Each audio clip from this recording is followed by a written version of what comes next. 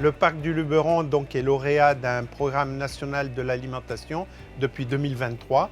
C'est un programme sur 2 ans, financé par l'État, donc à travers le ministère de la Santé. On arrive au bilan des 2 ans. Ce matin, on faisait une restitution.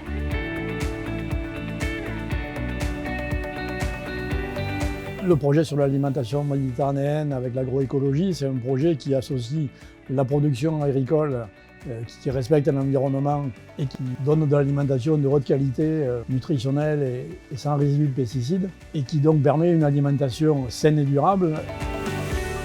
La journée elle s'est déroulée en plusieurs parties. Donc, nous sommes revenus vraiment en plénière, tous ensemble, sur les actions donc, très concrètes d'accompagnement, de restauration collective, de collectivité dans différents projets.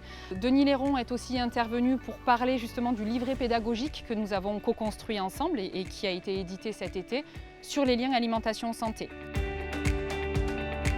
Le but du livret pédagogique, c'est de faire une synthèse un peu des données scientifiques disponibles, qui sont nombreuses maintenant, pour rappeler aux gens qu'est-ce que c'est l'alimentation méditerranéenne, quelles sont les recommandations internationales sur le sujet, quels sont les impacts bénéfiques sur la santé humaine et sur la santé de la planète. Et ça va servir à tous ceux qui, dans les cantines ou dans la société, veulent s'intéresser et développer l'alimentation méditerranéenne basée sur des produits bio.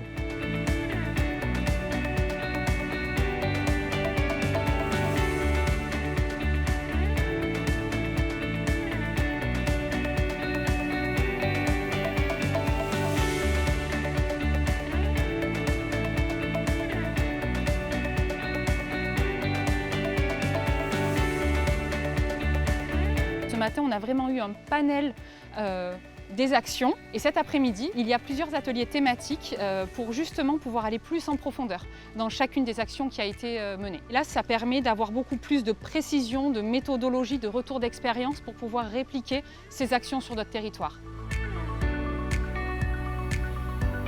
Cette journée, elle a vraiment permis d'apporter de l'information extrêmement concrète sur qu'est-ce que l'alimentation méditerranéenne. C'est une alimentation qui est durable, qui est inscrite dans le territoire, qui est à base végétale, ce qui ne veut pas dire qu'elle est végétarienne. On parle juste de consommer plus local, de saison et biologique et de moins manger de produits animaux pour mieux en manger. Soutenir les éleveurs locaux et ça, c'est vraiment essentiel que chaque collectivité mettre ça en place dans le cadre du réseau de la Fermata Cantine.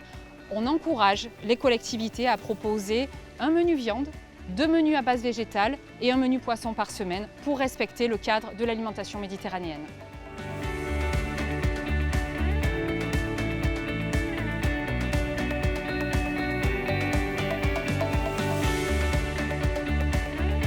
Le parc est engagé à fond dans ces problématiques d'alimentation saine qui, bien sûr, découle sur une bonne santé de nos concitoyens.